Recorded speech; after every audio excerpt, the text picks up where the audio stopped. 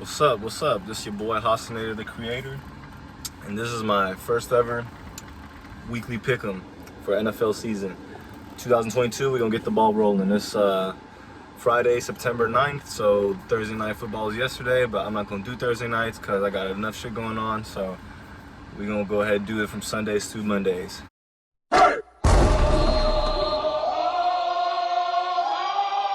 So for week one, let's get it started. Here comes the Steelers-Bengals, first matchup. Last year, I think most matchups with the Steelers for the Bengals went the Bengals' way. I think this week one finna be a gritty battle. Defense is gonna be getting after it, controlling the line of scrimmage, getting after both QBs. I seen it being close, but I think the Bengals are gonna come out on top. My score prediction for this one is 26-23, Cincy's way. Moving on to the Niners and Bears. I got this a complete domination because the Niners honestly look like the best team on tape. One of the best teams on tape, I should say. They kind of slept on, but yeah, can't deny they got so much young talent on defense. The Bears, I mean, Justin Fields is really just a deer in headlights. Sadly, they didn't really do much in the offseason to fix his O-line, and his best receiver is Darnell Mooney. Yeah, I don't know about this one. Bears are home, but I got them losing 37-9 to the Niners. All right, moving on. Eagles-Lions. So the Lions are, some people think the Lions are going to be a surprise, but this is going to take time. I like Dan Campbell, but they still going to need a lot of time to develop. Jamison Williams has still got to heal from his injury. I think the Eagles are going to come out. They've lost to the Lions, I think, 2 out of the last 3 times they've played them. And when times they should have beat them. So I think the Eagles will handle business. I got them beating the Lions 27-16. Moving on, we got the Pats and the Dolphins. Now, this is an intriguing matchup because every time these two teams play, you really don't know what side is going to go. Even when Brady was playing for the Pats, I mean, he owned the AFC East, but the Dolphins was the one team that he always had. He had some weird balls, some weird pitches, some weird games. He got dealt a weird deck for those games. But I don't see. Last year the Dolphins barely beat him. I think this year is going to be similar. Very low scoring defensive oriented. I see the Dolphins losing 20-17. They are at home, but I think the Pats and the preparation they put in week one is not going to let them fall to the Dolphins. It might be a different outcome their second matchup, but the first one the Pats are taking. And then we got the Browns and Panthers, the revenge game, if you want to say. I can see this being a lot of points scored because we don't know. The Browns defense is good, but they still, for some reason, allow a lot of yards and points. Not as much in 2020 as they did in 2021, but I can see the Panthers putting up 30 points against them just because I see, Baker Mayfield coming out just on fire. But he'll have a few turnovers, I think. I think the Browns won't turn the ball over, and I think that's what's gonna give him the win. I can see the Panthers committing 2 turnovers and the Browns 0. And I think the Browns are going to beat them in the end, 34-31. The Colts and Texans, another AFC South matchup. I think the Texans did decent in the offseason, but they still got a long way to go. They hired another coach. All that investigation with Deshaun Watson. I mean, he's not part of the organization no more, but still leaves you a lot to ask about how the organization is ran. So I can see the Colts coming out and really dominating from the beginning, taking the early lead and holding on to that lead. Colts 33, Texans 17. Saints Falcons. So the Saints are scary, and then the Falcons, they actually did some good moves in the offseason.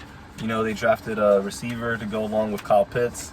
They made room for their new quarterback. They drafted a quarterback and got a veteran quarterback.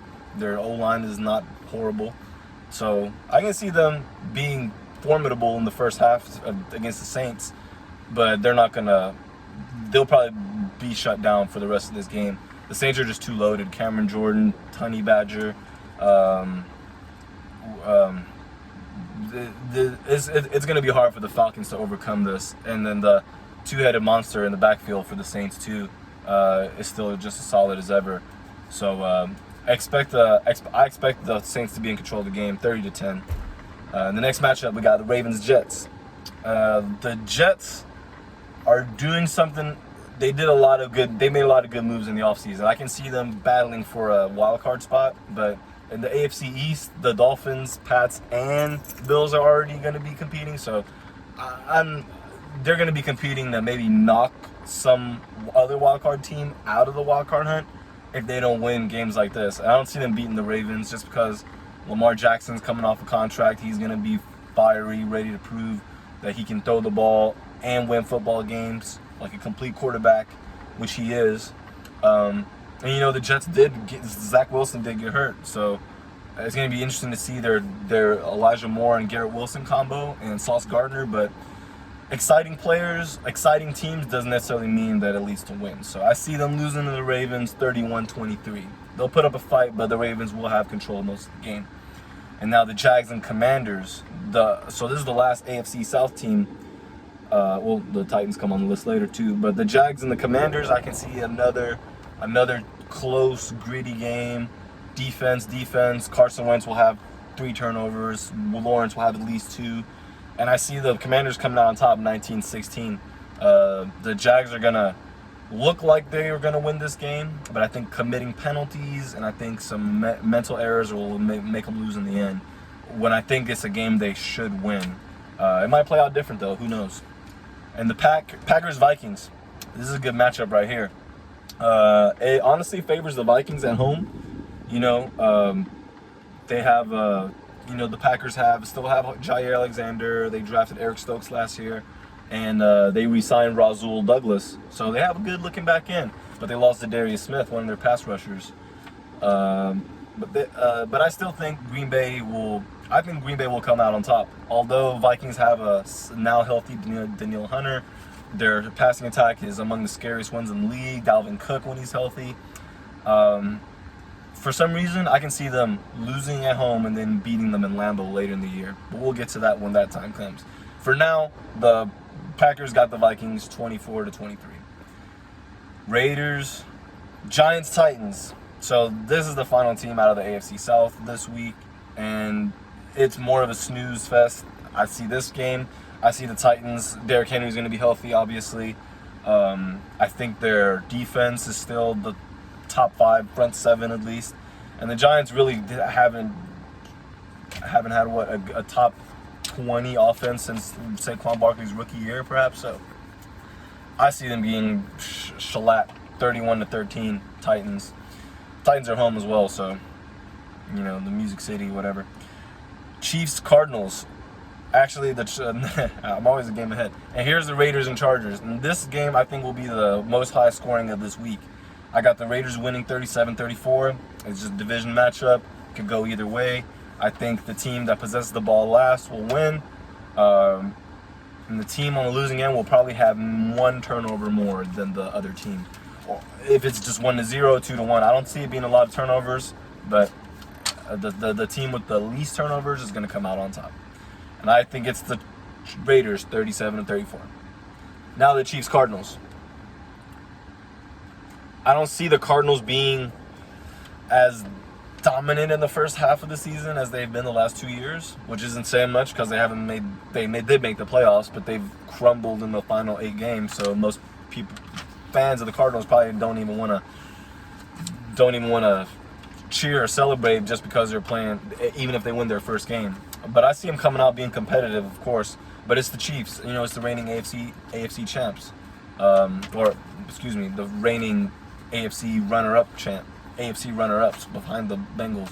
But don't sleep on the Chiefs now. They're still going to be formidable, respectable, and honestly a powerhouse as long as Andy Reid, Mahomes is running that show, running the ship, because and their defense is really never below the average, and if anything, their pass rush probably got a little better. Karlaftis, we're gonna see. This will be a more interesting matchup, but score wise, I think the Chiefs are going to be in control. They might let it get to within 6 points, maybe 3, but I got them winning 33-20. And now the Bucs and Cowboys. So disclaimer: I am a Cowboys fan, but I'm gonna pick as unbiased as I can. But I do have them winning on opening night, simply because they lost opening night last year and they were in Tampa Bay. When most people had them expecting them to get blown out, they almost won the game on the final play because, you know, the Brady just drove down the field, hit Chris Godwin on the back shoulder, and Jordan Lewis too small to do shit about it. So it is what it is. But this year around, I think the pass rush gets to Brady at least 3 times. I can get sacked 3 times. Dak gets sacked twice, maybe more, but I don't think he's going to turn the ball over. I think he can hold on to the ball. They're going to run the ball with Elliott. They're going to spread it out to Pollard, maybe get CeeDee Lamb on some jet sweeps, Kevontae Turpin. I see them coming out with a whole... I think they're going to challenge the Bucs defense because they have a good run defense. So I think they're going to challenge them on the run game, setting up their passing game. The Bucs, meanwhile, I don't really feel threatened by their running game, and they lost their Ryan Jensen, their center. So I don't have it as high scoring as their match opening night last year, but I got the Cowboys winning 27-21. I could be very wrong on this. I hope I'm not, or actually I hope I am not wrong because either way they win if I'm not. But if they lose, then it's 0-1. Woohoo! All right, so the Monday Night Football game is the Broncos at Seahawks. I think this crowd is gonna be cheering Russell Wilson's touchdown passes. I really do, because I think the Seahawks are gonna stink. Their offense are not. They'll run the ball. They'll have like 120 yards rushing minimum this game, but I don't see them having a rushing touchdown. I don't see them making any big plays on special teams. Maybe 1 or 2, but nothing that's gonna lead to a score. So the Broncos should definitely, it should be just a party for Wilson back in his own field. And it's not like they're playing in December where it's going to be cold, or either of these places are going to be cold in December and January. But to play here in the first week of the season in Seattle, I think Russell Wilson's going to have himself a party. I got the Seahawks winning 35-10. And Broncos are going to be 1-0. And that's week 1.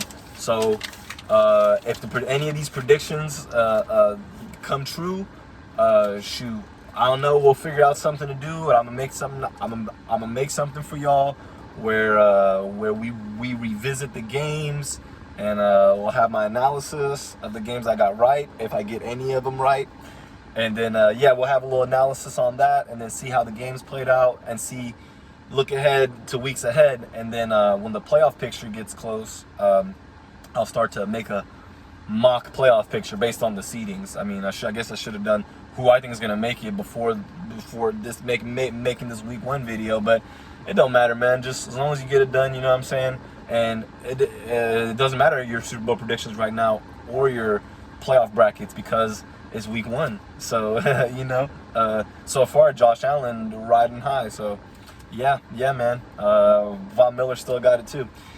The Bills are scary. Anywho, man, if y'all like the video, give it a like, give it a thumbs up, subscribe. Hasni, the creator here. I'll be out, but I'll be back next week with some more football. Hopefully my boys are 1-0, and you know, all that good stuff. Favorite highlights. I'll say this: the longest touchdown of week 1 is going to be 89 yards, and the shortest touchdown is going to be 1 yard. How about that? Okay, let's see how that plays out.